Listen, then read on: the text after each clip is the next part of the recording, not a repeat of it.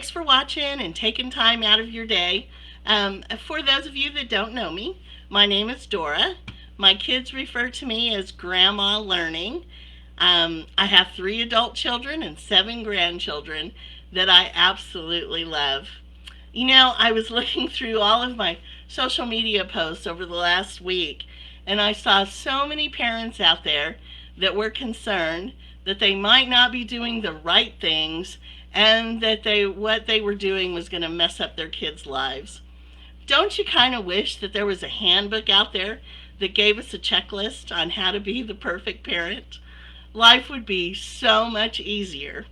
The truth is that our kids are all different, and there is just not one way that works for each of them.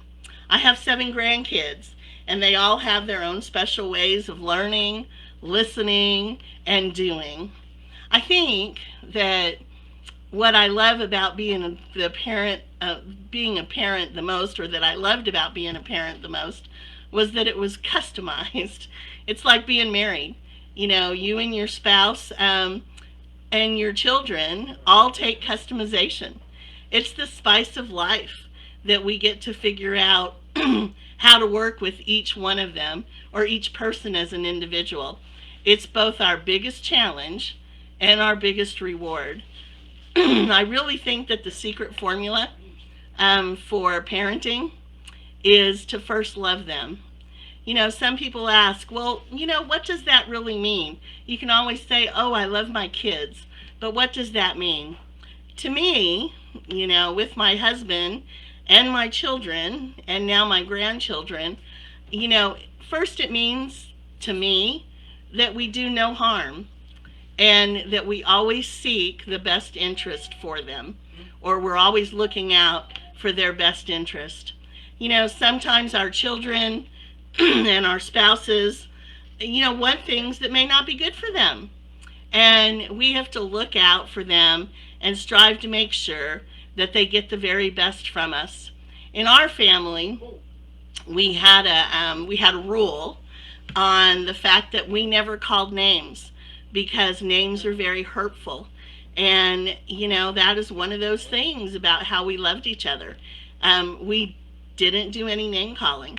Whenever we were fighting, or whenever we were upset with each other, or when we were trying to make a point, or we were angry, we didn't allow in our household calling of names. You talked about how you felt, but you didn't call each other names. We learned to fight fair, and we always tried to seek out the other person's best interest.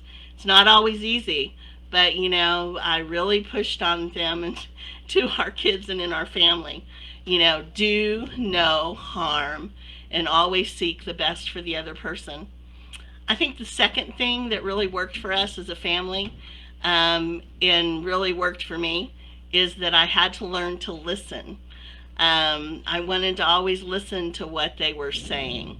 Even young kids will tell us what they need, what they want, what they feel, and when they hurt. But you have to listen to more than just what they're saying. More importantly, you have to listen to what they are not saying. I believe it works that way with people, not just children. We have to listen to them. If we listen, people like to be listened to. And if we listen to them, then they know that someone is on their side.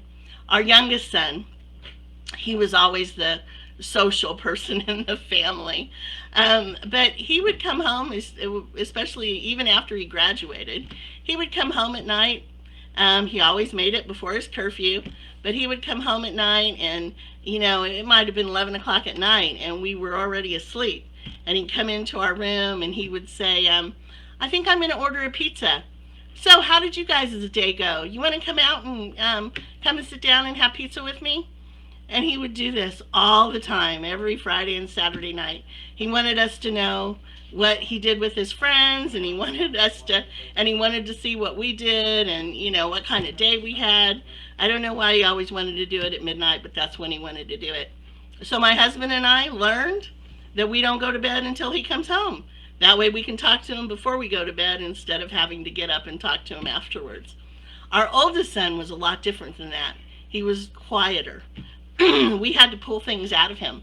We learned to play video games. We learned to participate in his activities, because that's when he talked to us, is when he was doing something else. And then we would find out all about what was going on in his life. So it took a lot of work, but we had to constantly listen to what they were saying.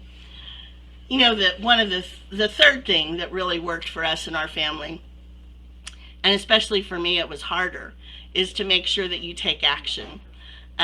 Sometimes my kids had to wait for me to get their snack or their water.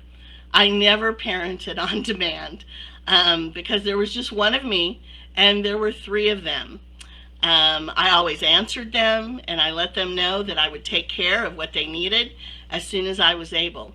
But I had three kids under the age of 3. I had a 3-year-old, a 15-month-old, and I had a brand new baby.